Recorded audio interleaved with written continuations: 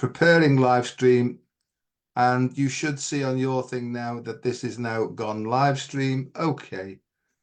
Gary, my boy. Click OK. It's a bit reverberatory, this, but don't worry. I'll be back in a moment when I've just... Let me see. I'll just make sure... I can hear you fine. ...that we can see some comments here now. Let me see. There we are. So, what's on your mind? This is taking a bit longer than normal. Let's have a look. Joseph Delaney posts, what's on your mind? Here we are. I can see a picture of me. Oh, that's a bit frightening. And a better picture of you.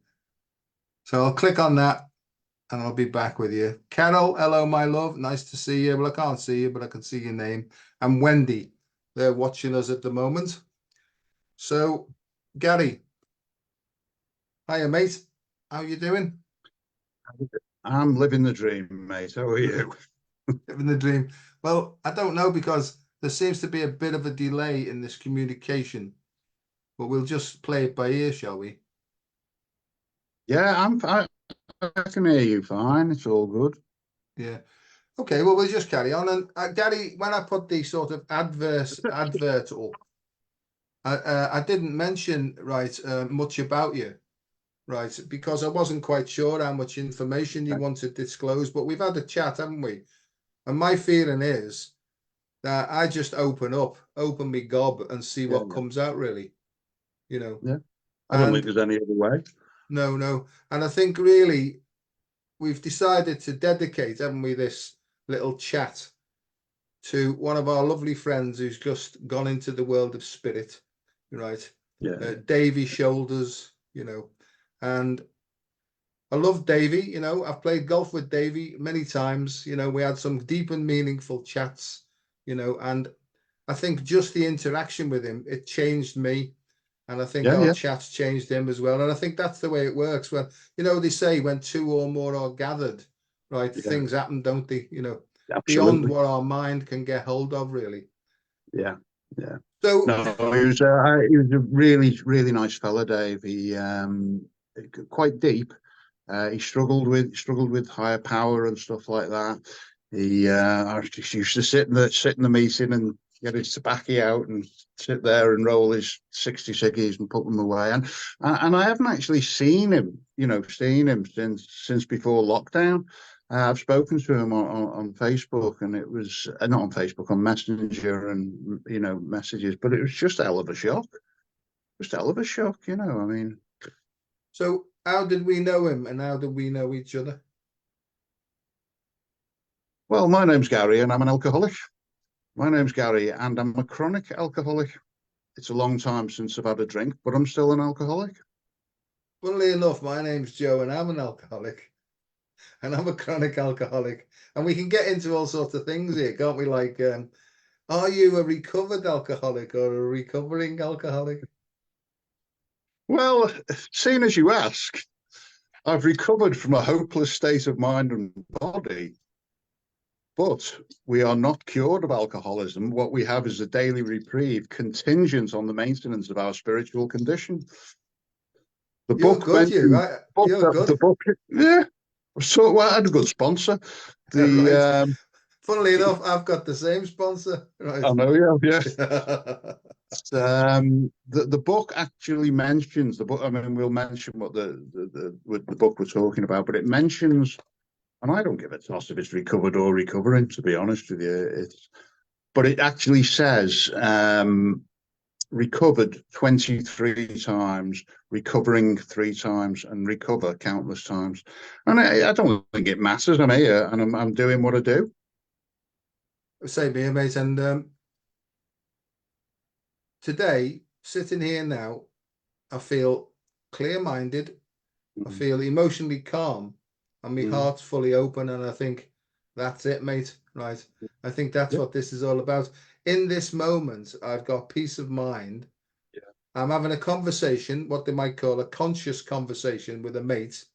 And I can honestly say that I trust you with my life, because I've shared my deepest and darkest secrets with you, as you have done with me, and I Mm, trust you wholeheartedly. You know what I mean? mm. And I have a few other people, not very many, who I've spilled the beans with too, right? And that's been part of my Yeah, recovered process. You know, yeah, yeah, absolutely. And that's part of it, isn't it? The magic happens when two alcoholics, I guess, talk to each other. and we've talked. I've put this up really not just about alcoholism. I was going to say that the alcohol's in the bottle and the ism's in me, because Mm, what I've realized is it's the ism that is the root cause of mm, all addictive behaviors. you know absolutely, and what I'm 100%. seeing now is I'm seeing that more and more people, as the world changes more rapidly, more and more people are becoming more and more frustrated, irritable, discontented, ill at ease, and basically diseased Yeah, psychologically. you know yeah. and I was in that condition for a long time, Gary, and it took me Mm, 9 years in Alcoholics mm, Anonymous to mm, understand what the solution was, because mm, I was in an environment, a biomedical and medical environment, where I was listening to world-renowned experts on things, right? And I tried to follow all their advice, right? And it actually obstructed me, right, from the mm, process of hearing what I needed to hear, yeah, because I went to all sorts of cognitive, and I'm not knocking anything here, I'm just talking about my mm, experience. I went to all sorts of cognitive behavioral therapists and counselors who were yeah. nice people, right? But in my view, they don't understand, generally speaking, the depth that people need to go to in order to understand what this recovery is all about. And I'm not And knocking it, because my view, in the simplest way, right, is the recovery and the solution is in here. mm, It's deep within us, right? mm, So I feel if CBT and ACT therapies and talking therapies and EMDR and all those things, right, if they lead you back to your deeper self, which is the your true innate intelligence, and where the power truly mm, exists, then they're doing a good job. Right. But what they yeah, did to me was they used to say to me, right, they used to say, when you think of a drink of alcohol, don't think of that anymore. Think of something else. And I yeah, fucking, yeah, Gary, excuse my French, because this is who I am, Dr. Effin Joe. I used to yeah, try this. If you think of a black cow, don't think of a black cow. Supplant it with a white cow, right? And that won't yeah. have to say. I tried, mate. I tried to reprogram my thoughts, and Mm, it took me more quickly to a drink, because mm, it got me that wound up and that frustrated, right? mm. So what's it all about? Why couldn't I use my thinking, right, which is considerable, by the way, right? Why couldn't I use my thinking to overpower and overcome these urges? And I can answer that dead simply because our thinking's the problem. You can't cure your thinking when your thinking's the problem. You can't think your way out of it. It can't be done. If there was an easier, softer option, believe me, I'd have found it. We're from similar backgrounds. I've got more letters after my name than in my name, You nearly and said then soft Joe there, didn't you? yeah, I know. And you know what? They're about as much use as a tit on a fish with this stuff. It's just absolutely makes no difference whatsoever. I've done what you would call service, facilitated a meeting in a treatment centre, which has just moved up to near where we live. I won't say the name, but I've been doing it for, I don't know, getting on for 9 years now. I've been doing the facilitating a meeting in there. So I've seen thousands of alcoholics go through the doors. And I talk to them, and all the time I talk to them, and it's so frustrating because I know I've got the solution, and I know what the answer is because I live it, I live in it. Um, it's it's we carry a message, don't we? Our job is to parry to pass a message over. Um, the book talks about a threefold illness, and people say it's a twofold illness. And if you look, and I'll tell you what page it is if anyone knows what we're talking about. It's page 64. Of the It's big page, book of Alcoholics Anonymous. yeah, Yeah. page 64 clearly says it is a threefold illness. Once we have straightened out spiritually, once we've whatever the words are spiritually, we will straighten out physically and mentally. But we have not only been physically and mentally ill, we have also been spiritually ill, right? So just before we started, we were talking about the crux of the matter, uh, and when we, I suppose the word is sponsoring. If you when you work with somebody else who is new around, it's I find it difficult because I'm a bit further on and I know what the problem is. Because when people come in, it's the problem's the alcohol, and it is the alcohol. But once I started doing, the work we call it, which is the 12-step program, Yeah. I started to find out about me, and it wasn't very pleasant, to be honest with you. None of it was pleasant because I thought I was a nice fella.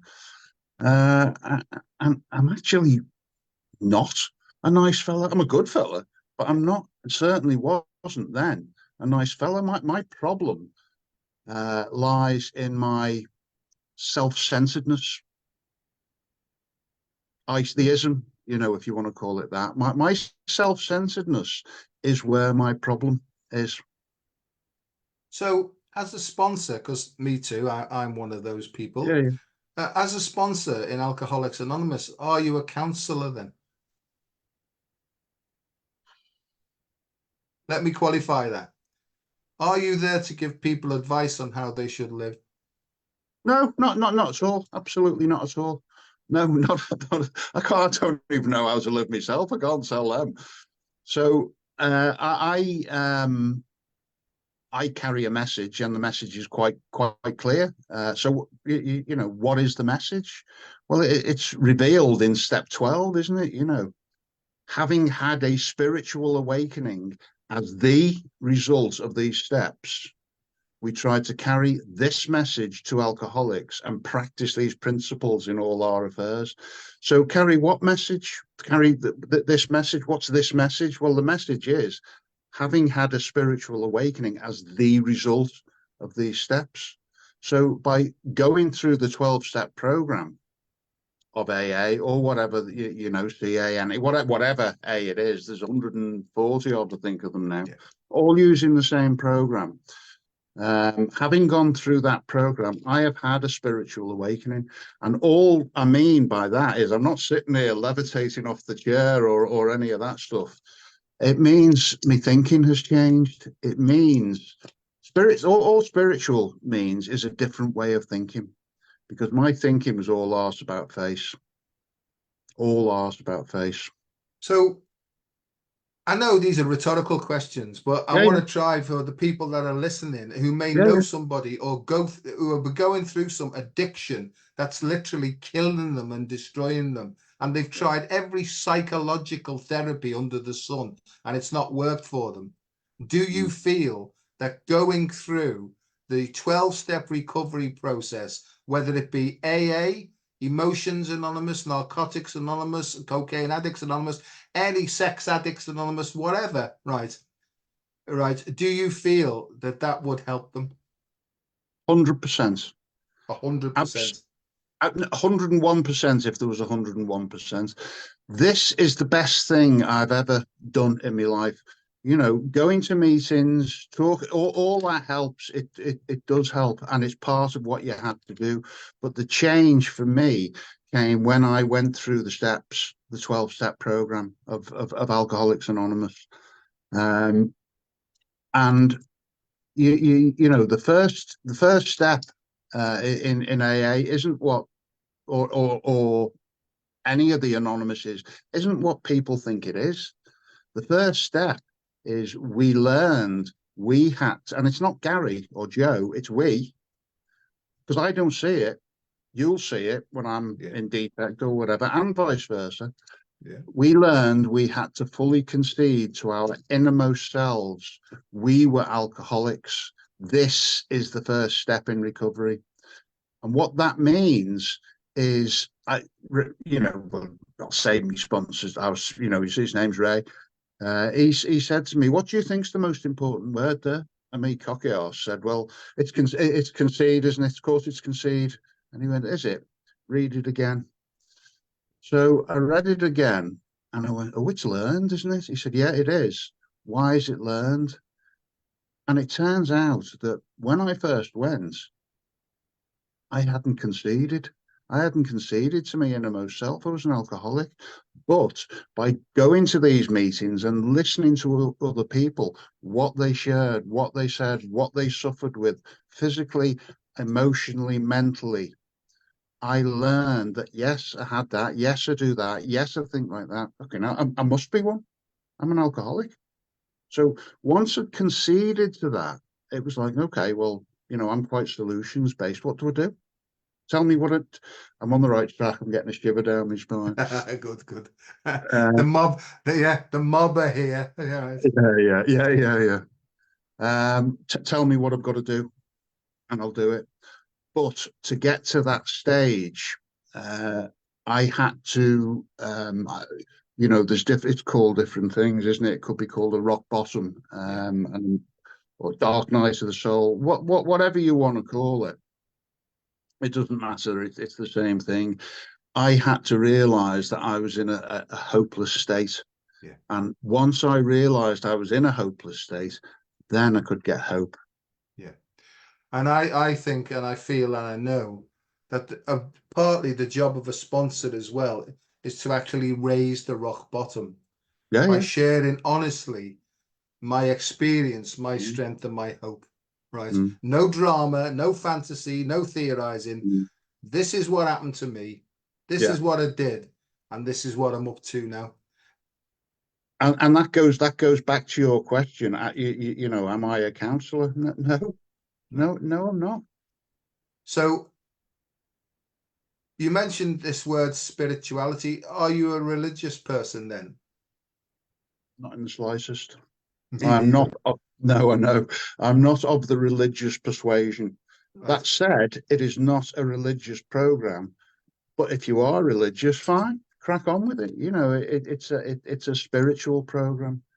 And as we said, spiritual is just a different way of thinking. That's what it is. See, Does it require? Sorry, mate. Does it no. require? I've started.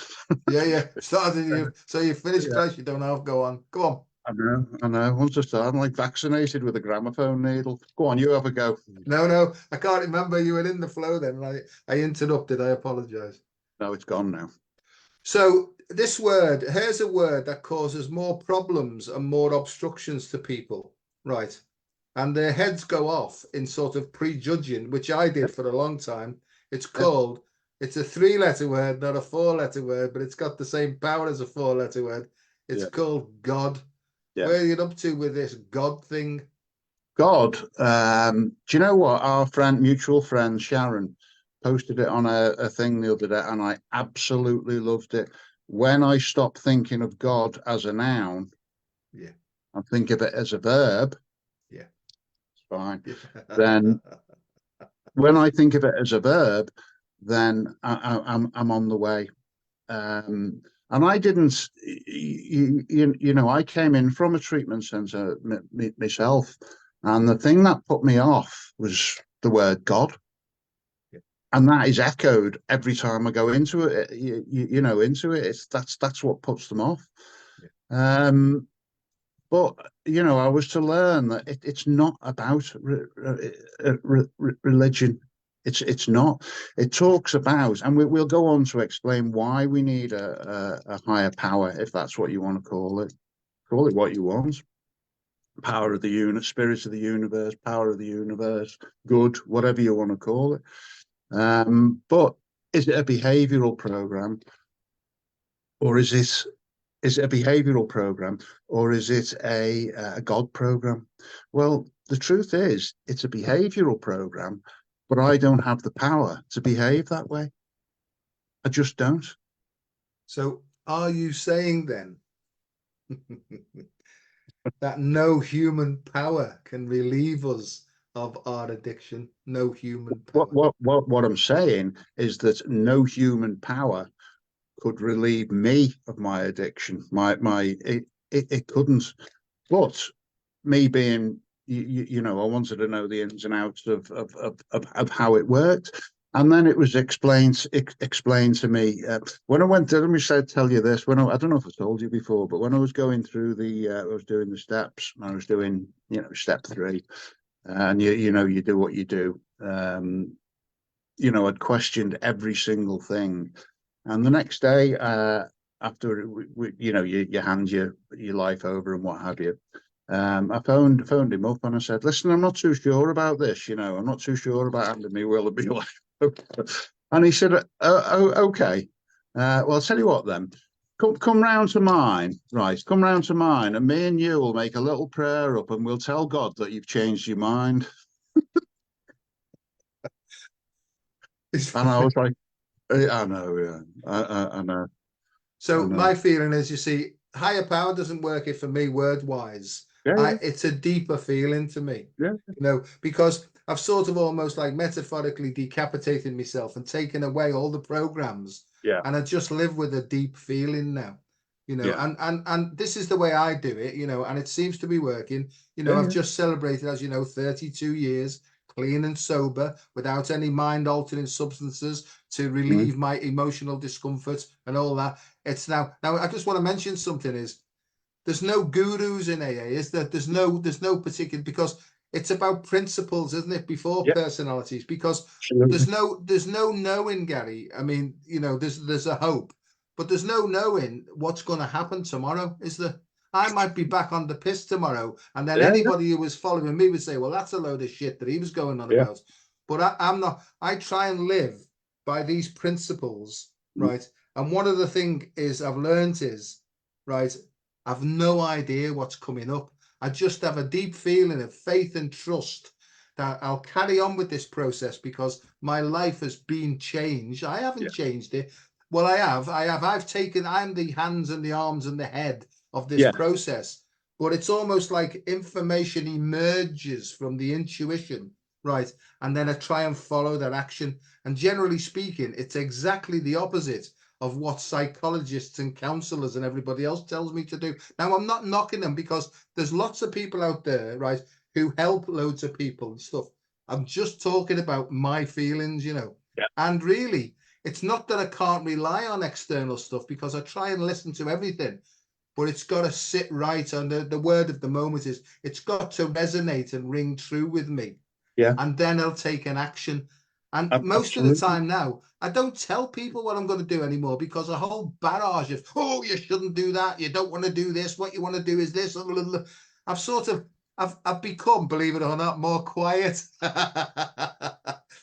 But let's just talk about while it's in it, because why couldn't I think my way out of it? Because there were these things, these impulses, right? When I first came into AA, I had the big house. We had 2 cars. We used to go for 3 holidays a year. I had a very prestigious job in the National Health Service, and mm, to all intents and purposes, I was going places, right? mm, I was mm, going places. At the end of the 9 years, that's going to AA, right? And doing it my way, mm, I, mm. self, and me, right? In the end, I was living without a home, without my family, without the job. I'd been locked up. I'd lost my driving license, and I was living on a park bench, Yeah, right? yeah, yeah, Because what they said to me was, if you are a real alcoholic addict or whatever you want to call it, mm, right, over any considerable period of time, it will get worse, not better. But my yeah, yeah, head kept saying to me, I'll show these people that they're talking bollocks. And guess what, mm, mate? I was totally and utterly wrong. yeah, Right. yeah. No, I couldn't agree more. It's to go back to that the God thing, or whatever you want to call it. For me, it's a feeling that's what it is. It's no more, no less. It's changed over the years. I started off with my granddad's face because I was dead close to him, and I thought, well, I've got to have something, because they're doing it, and I beg, I couldn't go and get one off the shop shelf, could I? So I had to, I had to come up with a higher power or whatever it was they were talking about. about then. So I just used my granddad's face. And as I started doing the stuff that was suggested to me, and it's only suggested up until step 9, by the way. After that, it becomes suggestive, and it's suggestive to the truth in me. The truth in me is, I guess, is my idea of a higher power, if that makes any sense. I would call it intuition. Yeah. Right. And there's a massive difference between instinct and intuition. Massive difference. Instincts are what got me in the shit, if I'm honest, because our book says, doesn't it? And I know we're talking about the book a lot, but it is what it is. Our book says the alcoholic or addict, whatever you want to call it, cannot distinguish the truth from the false. Yeah. And it also says the man who is properly armed with the facts about himself. Okay, so I know you are, because we speak. I'm properly armed with the facts about myself. You're properly armed with the facts about yourself. And it's not it's not that I'm allergic to alcohol. That is not where my illness is. I am, as it happens. I'm allergic to penicillin and to bee stings and all manner of stuff. But the truth from the false, for me, I've come to learn, is and that's all the spiritual life is distinguishing the truth from the false.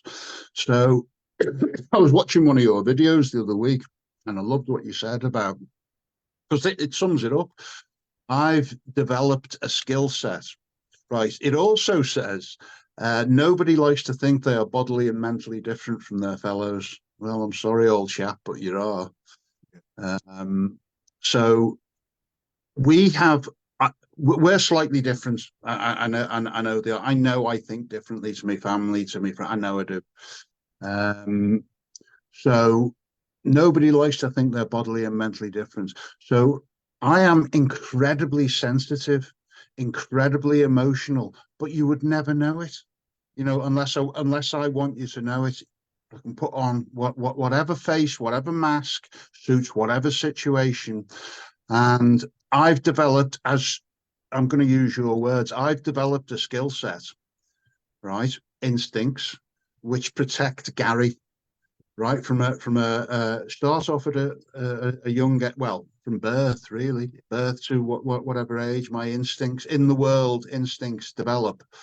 And we have emotional, financial, material, social, sex instinct. And I've developed those to subconsciously, not knowingly, I've subconsciously developed them to protect me. So I can be sitting having a chat. Well, I was doing it last night. I was sitting talking to someone in the treatment centre, and someone over there wasn't liking what I was saying. So I was straight onto it. And I changed my tack. But I changed my tack not only for him, but also because I felt uncomfortable. So I've developed this skill set of instincts, which I can pick up and use, knowledge, if you like, that I've picked up over the years, and it goes into the database. And when I'm in any given situation, I will rely on that knowledge in how I react. The thing with me and most alcoholics, addicts, I have found, is our instincts are a little bit more than most people. So is it a behavioral or is it God? Well, my instincts are, how I stay well is how I live my life, right? And I know obviously you're the same. So we live in a constant state of surrender. In part, we live in a state of surrender. The problem is, as I see it, I don't have the ability to stay in that state of surrender because my instincts are so in the world to protect me. Yeah. And when I'm doing that, I me, selfish to the core. So not selfish, I'm not selfish, that's wrong. Self-centered to the core. Well, this is the What have you bit got to that say about that then? yeah, well, what I've got to say about that is I can tell you and I can tell everybody else now what is the root cause? The root cause of all emotional disease that leads to addictive behavior.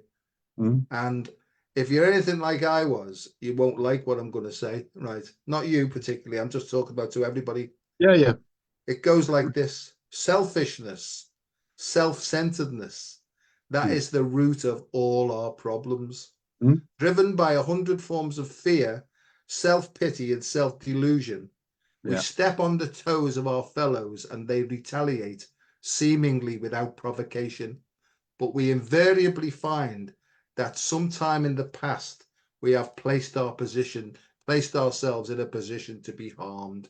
That yeah, means that at some time in the past we set the ball rolling based upon our hypersensitivity, our yeah, hypervigilance. We developed a skill set and probably even before birth, but in the first 7 years of life, yeah, depending on our physical, mental, and emotional characteristics, we will have developed a skill set to defend ourselves. yeah, Now, yeah, if people are physically capable and feel strong, they tend to be the people they like the pushing, bullying type, right? If they're really sensitive, they'll withdraw. yeah. And we talk about this in other departments about feminine and masculine Mm. characteristics, but I Mm. don't want to go there. But what I'm saying is, it says quite clearly, and the masculine characteristic is one of pride, it's the driving force, and the feminine one is a withdrawal force, Mm. right?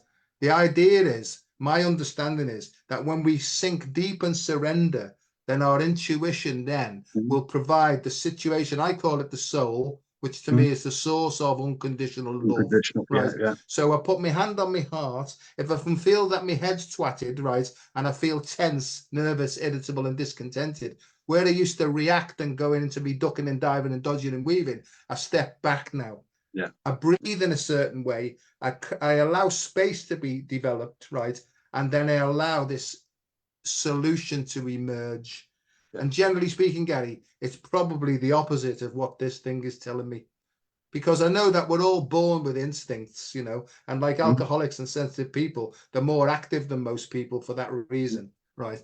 But what I'm trying to say is most people are born with a whole set of programs that Mm. they're not even aware of, Yeah, and absolutely. it says, doesn't it? It says fear, an evil and corroding thread, the fabric of our existence is shot Yeah, through with it. And I think that that's to do with the DNA, right? yeah, And sometimes we can even be picking up crystallized behavior from our ancestors yeah. that we're dealing with now. But I'm going slightly off track here because, this is what I do for a living, as Mm. but I'm trying to bring in the simple principles of, if you don't know what to do, ask your heart, sink into your heart, and just say, I don't know what to do here.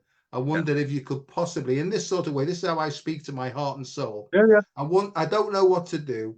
I wondered if you could probably, give me some teaching or some inspiration or some guidance as to what action I need to take here. Gary, yeah, it's not only saved my life, but it's also improved the quality of my life, yeah, right? More than I could, beyond my wildest dreams, mate. You know, yeah. That, and I just want to say no, this now before, let me just say this now. If yeah, if you know anybody, if the people listening, if they know anybody who's going through this or they're going through it themselves, and their addiction is bringing them to the point of near death or destruction or whatever, please go and find out about your local sort of almost specific 12-step recovery group yeah, and give it a fair trial. Right, give it a fair trial. And that's the yeah, that's the only message I can say is, an individual human person will not be able to help you no, if you're driven by instincts. You will never be. Somebody said in the meeting years ago, it's a bit crude, but it's ever said, if you've ever had diarrhea and vomiting and you can feel the emergence coming, you're either going to throw up or shit yourself, right? Try thinking your way out of that one, right? yeah. Because excuse me, it's a bit inconvenient at the moment, but can you just hang on an hour or two? Well, right. So that's the power of instinct and powerlessness as well. So, so, Okay, so mate, let you'll me. go. Um, you tell me if I'm wrong, as I'm sure you will. Average human head being has 70,000 thoughts a day. Is that? I don't know, mate. I've never Right. counted them. Well, that's what I read. It An feels like average, that though. yeah, an average human being will have 70,000 different thoughts a day. So me being the way I am, using all and these learned mechanisms to protect myself, right? They are so deeply, and this is, I'm going to go into why we need a higher power to kind of underline what you were talking about. They are so ingrained in me. 70,000 thoughts a day for however many years, thinking that way to protect myself. So I've thought it, seen it, and then I've stored it into my database, right? Till I know, so I can use it in whatever situation. That's billions of thoughts. I do not have the power. I do not have the power to change that way of thinking.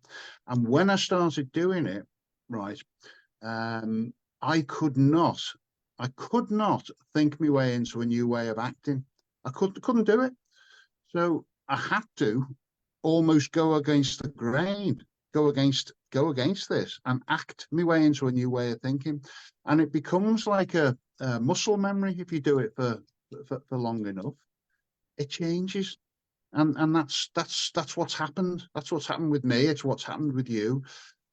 The truth of this is, I was sitting in that treatment centre, and there was 10 people in there last night, came in to listen. In 12 months, the facts are across detox recovery. In 12 months, 2 of them will be dead. In 2 years, 4 will be dead. Yeah. But they're the fact, the truth's ice cold, isn't it? You try telling anybody that. See, who knows, right, who gets this and who doesn't? I used to go into that. It doesn't seem fair. Why am I still alive when others have, have gone and all that? I don't even get into that sort of thinking now, right? I don't get into it, because the more I try and work things out with my head, the more disturbed I become. I just have to focus on me, not in a selfish way, but I need to care for myself first and foremost. The most important thing in my life is my sobriety, and that's not about drinking anymore. This is about my emotional state, right? And I know, because it says quite clearly, it says, if I am feeling disturbed, right, the first thing I need to do is quieten the emotional disturbance. And I used to do that like you did. I'd use me thinking and I'd push it down and suppress it and repress it, right? And like you said, the muscle memory builds up, but where does all that energy go? It must be going somewhere. It doesn't dissipate. It goes deeper into your guts, right? And then a little spark comes and whack, it's all out then, the destructive thing. And I know now, to use my words, that there's only one way to get shut of this, and it's to release all this suppressed, repressed stuff that's been pushed down for eons of time. And how can you do that? You won't do it with your head. You've got to practice a technique where your heart opens and almost like diffuses and transforms all this energy. And that's when the true power starts to flow. It's almost like vinyasa flow yoga, this, right? It brings you, it allows all that energy that's been there, suppressing all your guilt and your remorse and your sadness and everything else. It lets it out in little bubbles of breath, and it starts to transform and re-energize and re-empower us. I'm on one now because I do this all the time, so it's just coming out. But that's how we do it, is right. And here's the final thing, right, just in this segment. Right, we can't put new habits on top of the old ones. So we go through that program of releasing every bit of shit that we've pushed down, and we have to share that with another human being, right? Because God knows, or spirit knows, or the intuition, or cosmos, that already knows everything about you, right? Because it's the big you anyway, but you've got to, right, my understanding is you've got to share it and every single bit of stuff with somebody else, right? And that's the step in humility. It's almost like saying to the universe, listen, I've tried everything else now, and I'm really gonna give this a fucking go here. Excuse my French. And that's what happened to me, because when I came into my rock bottom, if you like, or my was being in that my last detox to date, and I was broken. I'd surrendered. I'd gone, right, just do with me what you want. I don't care. Just do with me what you want. And yet, after a few days off the drink, right, you start to feel better. Uh, and I said to the lads in there, I mean, I'm going back years now, but I remember the conversation. So I've lived it, and I said, you know what? I think I'll be all right now. I think I've got the I know, right? I think I'll be able to just get to that sweet spot there, control it, and keep it to one or two. And they started laughing at me, which I didn't really like. And then I went and spoke to the manager. I said, look, I think I'm going to be all right, you know. And thank Christ, he was one of us. And he said, Gary, you can never drink in safety ever again. Right. So what happened at that point was something dropped. And I would say now it was, you know, intuition, but I knew that I couldn't just stop drinking. It was never going to be enough for me. Right. I had to learn to live my life a different way because I'd stopped before and I was just horrible. I was horrible to everyone around me and I was round the bend. So I knew something in me knew that I had to live a different life. So that's you know that's what. And then I started to get excited about it. I thought, well, I'm going to live two lives here. You can understand, can't you, why some people who go through this outside of the way that we've gone, Yeah, they get reborn in spirit, don't they? yeah, You yeah, know what I yeah, mean? And that to me is the same thing where you get a second chance of life, yeah, really. yeah, And that's what happened to me. As you know, I mean, I made a couple of or three serious attempts to yeah, kill myself and it didn't yeah. work. And on the last occasion, I got this overwhelming sense of peace. And I thought, thank God for that. I'm going. You know, I'm so sorry I've hurt so many people. I've hurt myself. Just let me go now. Right. And then Mm. this massive alcoholic epileptic fit came in. Boom. Right. And I thought, for fuck's sake, here we go again, you know.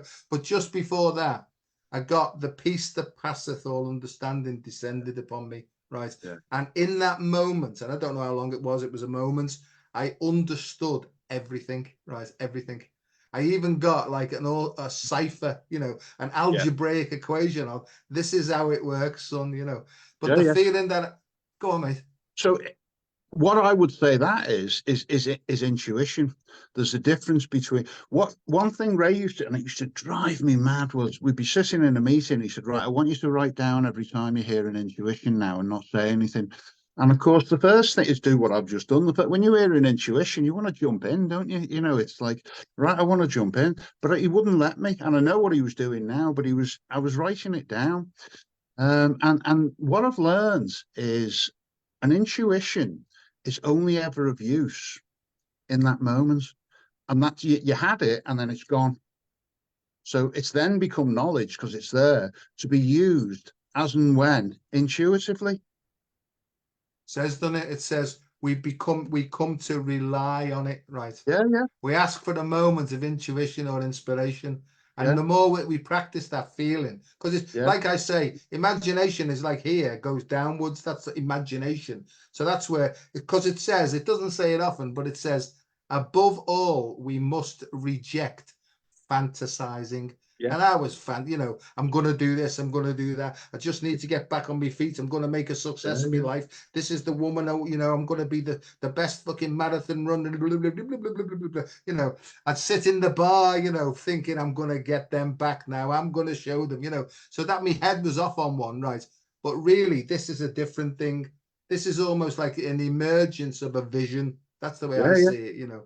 yeah, So I think what I've realized now, and because I work in a different environment where I'm trying to pass this message on that we're saying now in the yeah, terms that people in my environments, my professional environments, yeah, yeah, understand the words, you know. So I'm using this in terms of things like self-actualization and Maslow's hierarchy of needs and all these sort of things, you know. But I mm, can see that all these things are fitting in now.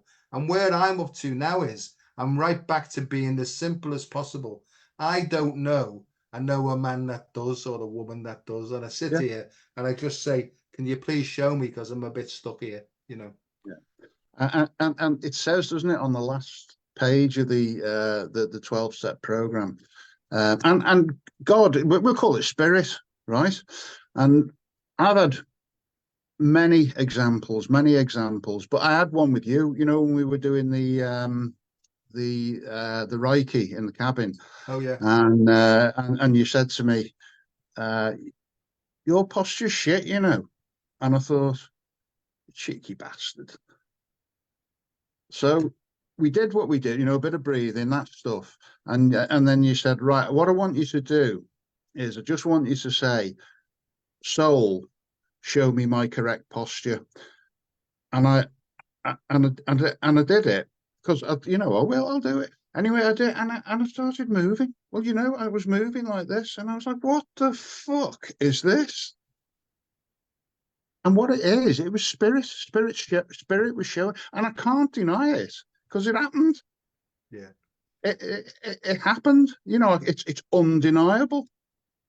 And this is known right across the board. I mean, that fundamentally, in my understanding, is that all religions share the same root, and that's Mm. unconditional love. And this is Yeah, the yeah, power of spirit because you're moved by unconditional love. And I think yeah. that's what we surrender to. And I'm not religious in any way, shape, or Mm. form now. I'm more into quantum mechanics and quantum science and multi Yeah, yeah, yeah. dimensions and stuff. That's what I love because it makes sense to me. But what I realize is that each soul, right, incarnates into this physical vesicle, Mm. vehicle, right? And it's almost like this thing, Gary and Joe, we're the Mm. vehicles that are being Mm. driven by spirit, right, Mm. in the right direction for once, you know what I mean? And it's, Yeah. we're not saints, we're not, because I mean, I just think I'm scratching the surface of what's possible every single day. And I don't get too mixed up in all the stuff that's going on out there and who's doing what with who and these elites are doing this with these. I used to get into that, but like Mm. I've let all that go now because I'm Yeah. I'm just bored with all the shit that's going on. And so You, all you, I you try and meant, say is, please show me what I need to do in yeah, order to improve the quality of my life, help the people around me, and if there's any left, help anybody else that's knocking yeah, about as well. That's yeah, more or yeah. less my life now, really. Do you know we were talking about spiritual anonymity earlier, and it's just come to me. Spiritual anonymity has a couple of meanings to me.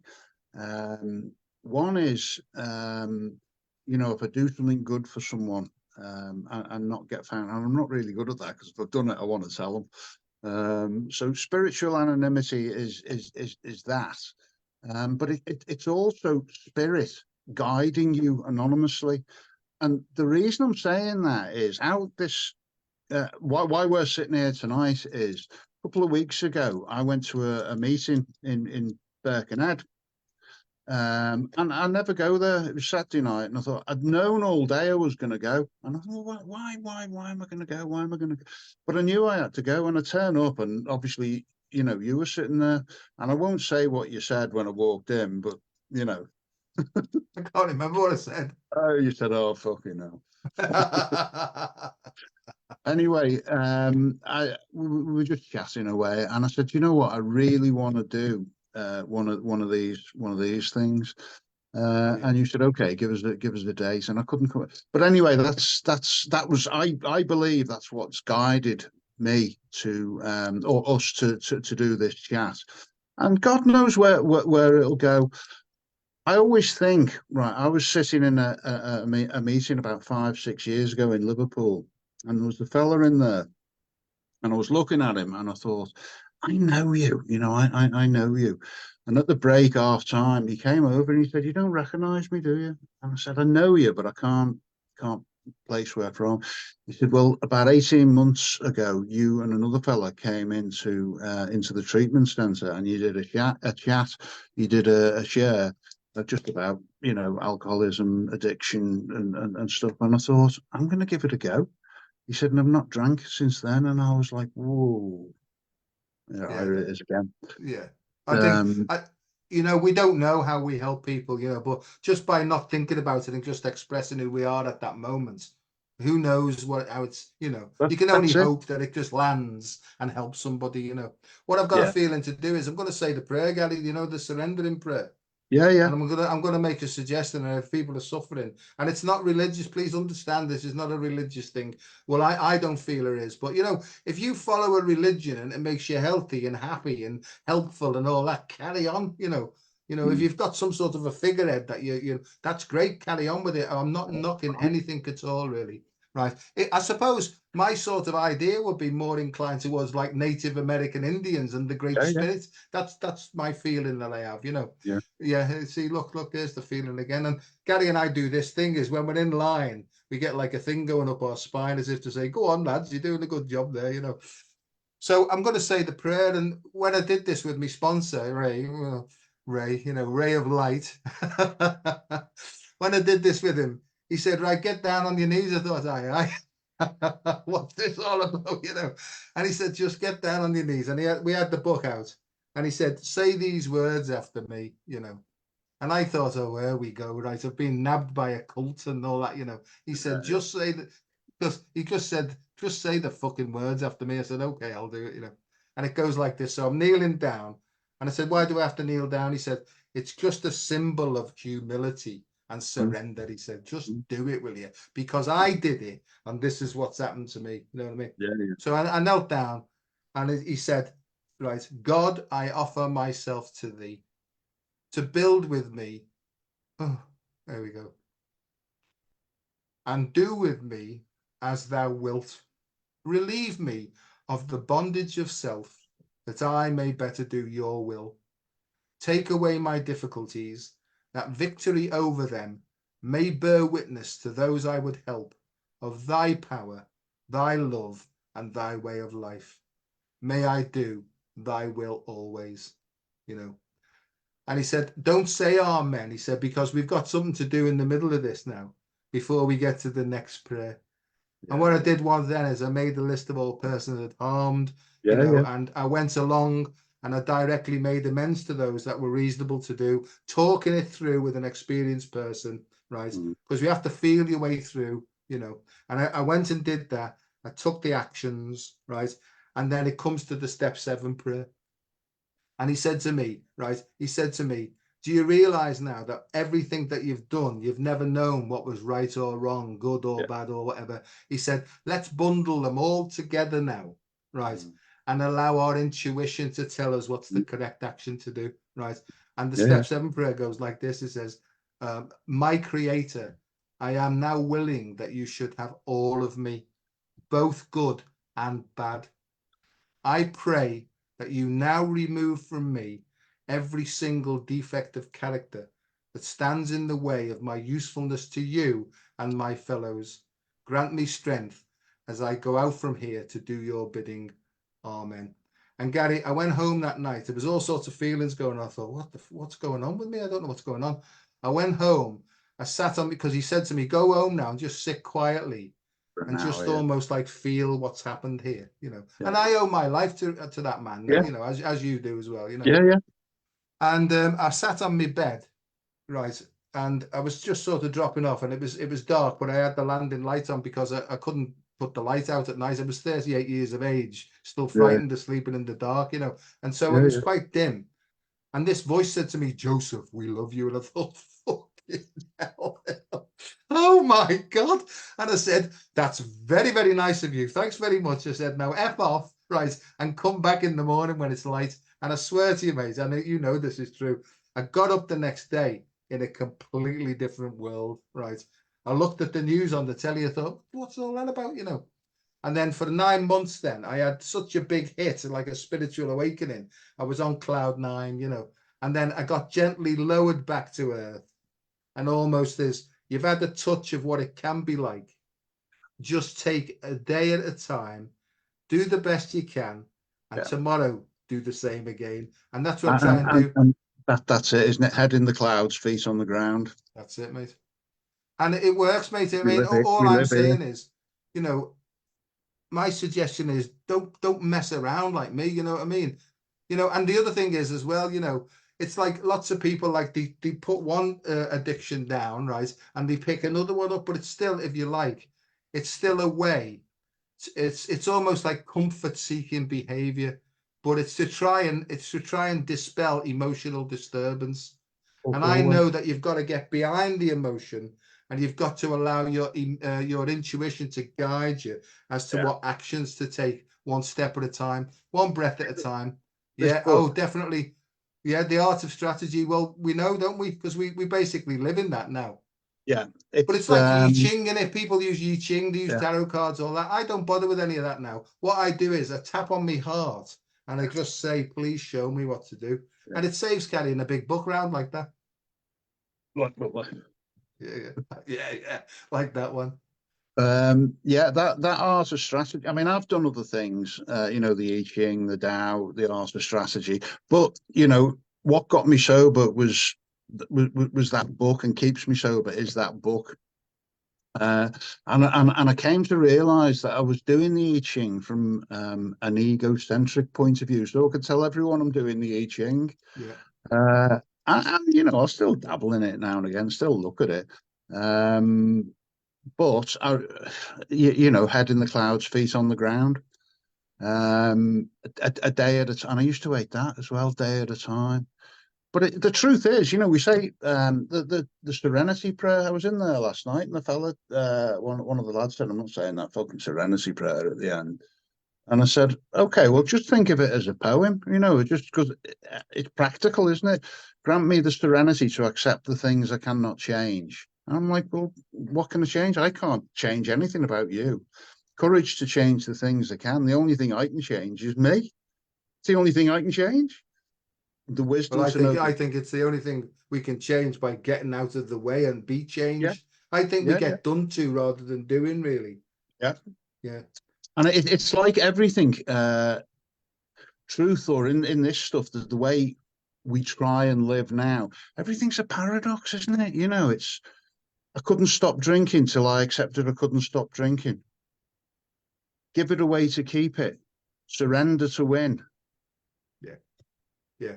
That's the duality, isn't it? So really, I think the heart being the sort of midpoint or the moderation point or the mollification or medium point between these two things here.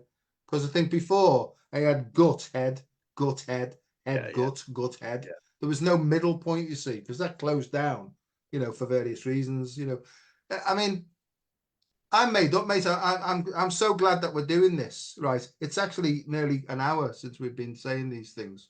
Is it? Yeah, yeah. Bloody hell. So, but I think I have a feeling that we could do maybe, one of these further down the line, and Yeah, if yeah, anybody, but I'm not available for like one-to-one messaging and stuff like that because I'm too busy with my other stuff that I'm doing in my life. You know what I mean? yeah, And I think the way it works is, the way I see it is the higher power, if you like, is the overseer. This feeling I have, there's almost like a big cloak around me that's yeah, always on the lookout. You know what I mean? And you can call it an oversoul, call it what you like, it doesn't matter. But it's almost like it can see what's coming a mile off and it can send little signals and impulses to move me or to say, son, pay attention, just pay attention, right? And I think that's what seems to happen in my life. Do we get it? Do we get it right all the time? Nowhere near, mate. I'm just learning, like everybody else. But one thing I've learned more than anything else is that the program of recovery has led me to something called mindfulness. You yeah, know, we grow in understanding and effectiveness of passing the message on. And to me, the message is open-hearted, flowing, not needing to knowing, but just keep going. And my only indication now is whether I'm on the right path is if my heart's open and flowing without any effort, I don't even question it, mate. I just keep going now. yeah. It's that, you said then about the intuitive feeling, and you're looking for, well, what's the intuition? Well, the intuition is that you've had the feeling. That's the intuition. It's because I remember asking him about it. I said, "Well, what's the difference between instinct and intuition?" He said, "Okay, well, if there's a tiger in the garden, instinct, you'd go and fight it and protect your family, wouldn't you?" I said, "Yeah." He said, "Intuition is you wouldn't go home because you'd know there'd be a tiger in the garden." And I was like, "Yeah, I'll have that." And I think lots of people, certainly in the communities we knock around in, they're all trying to develop these powers, right? And I think that because I mean I do it myself, I think, oh, I'm gonna get all these powers, telepathic. I'll be able to do like the forces with you and move objects and stuff like that. And then this intuitive thing behind me or inside me goes, Yeah, yeah, yeah, because because I don't think that we lose the ego. I think it just sort of balances out and normalizes, because to me, the human is the ego, right? Yeah. Yeah. But the diseased human, the shadow self, that's the one that we have to sort of understand and allow it to sort of balance out and stuff like Yeah. that. Yeah. Gary, I So love you, mate, and go I on. think in conclusion, it's I came in thinking I had a drink problem, which I did, but I've learned that it's a human condition that I can treat on a daily basis. Yeah. The spiritual life is not a theory. We have to live it. Page 83. And it says this is a program of action. It's not a program of fantasizing. It's not a Nope. program of hypothesizing. It's a Nope. program of taking actions. And Absolutely. what I'm saying to you before is, did not we ourselves set the ball rolling? In other traditions, that's called karma, right? Yeah. And I think Absolutely. that's what this is it's taking actions in order to clear the wreckage of the past, to almost like open up more sort of channels so we get more information coming in, so that we can be more effective in carrying the message. And the message to me is the joy of living is my theme. Can I just say, well, before Say we anything you like, mate, we can do this forever. about the we spoke about making amends to people you've harmed. The caveat to that is as long as it doesn't do them any harm. Absolutely. And there's many ways of making amends. For example, my dad was dead. He died, so I couldn't make direct amends to him. But he had MS, so I make a monthly contribution to the MS Society. There's different ways of making amends. And I know when I was doing, I'll just tell you this, when I was doing my amends, and I was like, oh God, I can't tell him that. No, you're telling him what. I can't tell him that. I can't tell. And I've got what I can't. Do you know what? I'll leave it till the end, and I'll tell him. And I thought, right, I'm going to tell him. So I started telling him, and I told him, and all I could hear was.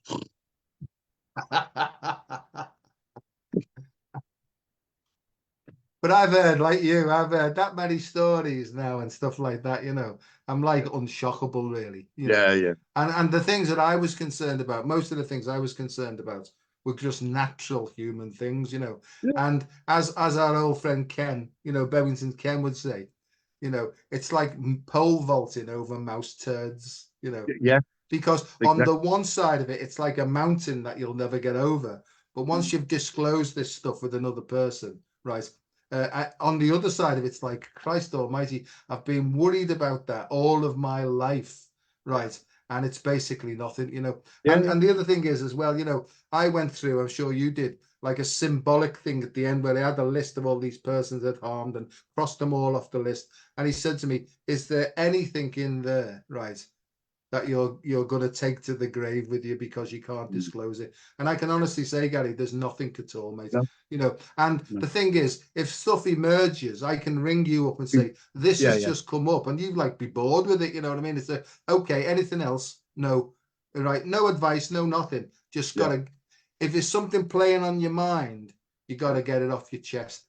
But you have to do it with somebody who's experienced, right? Yeah. Not a guru, just somebody who's willing to listen and who's not going to jump in and judge you and whatever, because most of the time sponsors have been through stuff, right? And that's the whole thing, is that they've been through stuff, so it almost like resonates with that energy because they truly understand an experiential level, you know what I mean? Absolutely. And that's why, and once again, I'm not knocking counseling because it can work up to a point, right? But sometimes when you're sharing stuff at depth with people and they haven't understood it, it doesn't have the same effect because they've not been through a similar circumstance. That's exactly it. That's it. That's exactly it. It's the I've lived it. Yeah, I've that's lived it. it, and I've got the solution if you want it. It's personal lived experience, but it's felt experience as well. And it's the feeling, and it's almost like a neutralization. I honestly believe that this was probably the purpose of the Catholic confessional box in the end, in the beginning. It was a sharing of, this is playing on my mind, But someone had the bright idea to say, oh, well, we'll give them 25 Hail Marys and 10 Our Fathers because they've been really bad people. You know what I mean? So that's what this is about. It's sharing heart to heart stuff, getting everything off your chest, clearing the sheet and getting on with it to try and find stuff that, Shaming the devil, Finney used to call it, didn't yeah, he? well, I say that myself, shaming the devil, right? The other thing is don't enter into any conversation with the devil. That's tricky. And what I like is, for by this time we have ceased fighting anybody or anything. And the little line that goes with that, because AA is full of little slogans in it, is like, if you don't want to fight, don't get into the I'm boxing getting ring, the ring. Yeah, So it's stay in the audience, basically.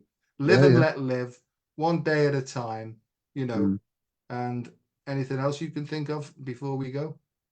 No, I think we've covered everything. I mean, it's not just alcoholism, is it? That's alcohol was the vessel that got me to where I am now. Am I grateful I'm an alcoholic? No, I'm a shite, but I'm grateful that I know I'm one, and there's places I can go, and people who that's what I was going to say on the last page.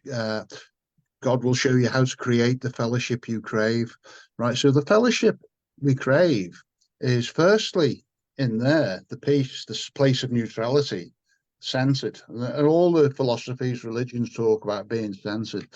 So it's that internal stuff, but it's also that feeling that you get, or people like us get when we walk into a meeting, and there's people like us. Yeah, You know, absolutely. I think success to me means one thing now, is peace of mind. That's what AA, that's what the 12-step programs, that's all these spiritual programs, no matter where you go, the end result's always the same, is peace of mind. yeah. Right. It's I not mean, when loads I of was dosh, it's not getting a load of money. That'll give me peace of mind, right? And all that sort of business. Because that was the trap I fell in. I started to yeah, get really well. Physically, I yeah, got better. And then I thought, right now, I can make a success of my life now. I'm going to yeah, be yeah, clever. yeah, I'm going to be smart. I'm going to make loads of money. And I could feel myself trapped again by the yeah. material world, It's easy done, isn't it? I mean, I hope God doesn't want me to be poor, but it's I'm all right. But when I was younger, I wanted to rule the world, and now I just want to live in it. Well, you look a bit like Gary Barlow. Yeah, thanks. That's all right. You haven't got his money, though. No. Right, right, mates. Well, thanks very much. I've got no idea what that's going to do. I think that will help people. But if I can just reiterate, I beg of you with all the earnestness at my command, right, that if you're suffering from stuff or you know somebody, and by the way, there's a sister fellowship as well for people Yeah. who are suffering at the hands of alcoholics, or they're suffering because somebody close to them is addicted, right? There's sister fellowships like Al-Anon for AA, and there's also others in Narcotics Anonymous as well, where the other halves go, right, to find out about how they can take care for their own health, safety, and Well-being security. and Yeah, anality. I mean, there's reality. 140 different fellowships. There's Yeah, emotions, chocolate, smoking, and there's everything. yeah, Same yeah. program. Same program, and that's the whole point. Is it's not brainwashing. Well, actually, in a way, it is brainwashing because it's basically flushing out all the shit to make Yeah. space for new stuff to come in. And as I It, it, say, breathe in the light, breathe you out know, the shite. yeah. My brain needed fucking washing as well at the time. All right, mate. Well, thanks very much, and thanks everybody for listening. And hopefully, somewhere down the line, maybe in a month or 6 weeks, we'll do a regroup and see what's come of that. Then. Yep, that's fine, mate. Yeah. All right. May the force be with you. In nomine And with Patris et you. Filio et Spiritus Oh, God, blah, Sancti. blah, blah, blah, blah. Yeah. I'll see you soon, mate. See you later. Thanks for that. Ta, Cheers. ta. Bye.